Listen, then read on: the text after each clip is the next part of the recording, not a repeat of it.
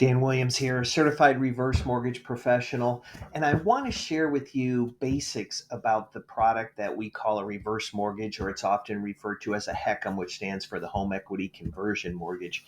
And the first step, the first issue we always deal with is it your primary residence?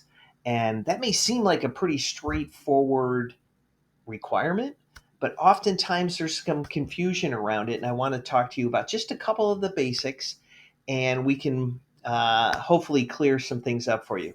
So, a primary residence to you and to me is that's where we live. That's where we live most of the year.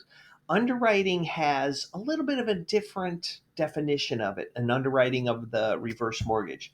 That would be it's your principal residence. That's literally what it says in the underwriting guidelines, your principal residence. Yeah, we get it. So, what is required? Well, you have to live in the home. It has to be a place where you have your utility bills. It would say your address on that bill. Maybe it's a bank statement, maybe it's a pay stub or a retirement statement. Underwriting will check that. So, if you own multiple homes, there will be due diligence on this. Also, you have to be in this home at least 6 months out of the year. Or you better said, you can't be away from it more than 6 months in a year. And there's some flexibility there. I got a couple clients who actually were traveling around the world for a year. They were not in the home for a year, but it's still their primary residence. The key is reaching out to the servicer, the people who hold your mortgage, to share with them what's going on.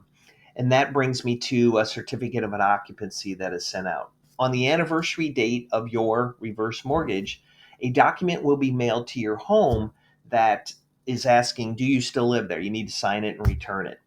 So I'm gone for a year. What happens? Well, once again, you got to communicate to your servicer, but it's important to return that certificate within 30 days of it being issued.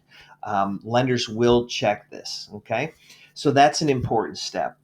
There may be some other issues that pop up, health issues. Maybe you go into assisted living for a period of time. You will once again need to communicate that to your servicer to make sure they understand what's going on. So there will be checks to make sure you stay there.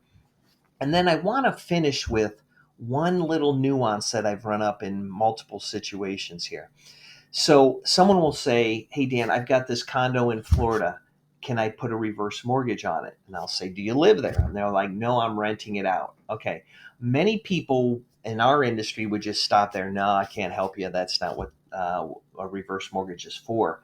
But in one case, I had a client tell me they were moving from Ohio down to Florida in the coming months, and it was going to turn into their primary residence. So this is a key, asking that extra question, explaining that to your mortgage servicer, or excuse me, your mortgage lender, that no, this will become my primary residence. You will have to prove it. Once again, underwriting will do their due diligence, but you will have to prove that it is your primary residence. So let's talk about not just today, but what's going to happen in the future. What changes will happen in your life that will make it your primary residence and eligible to be a reverse mortgage. So let me know what questions you have on this. Let's talk about a case or a situation that maybe it's not their primary residence, but that is changing.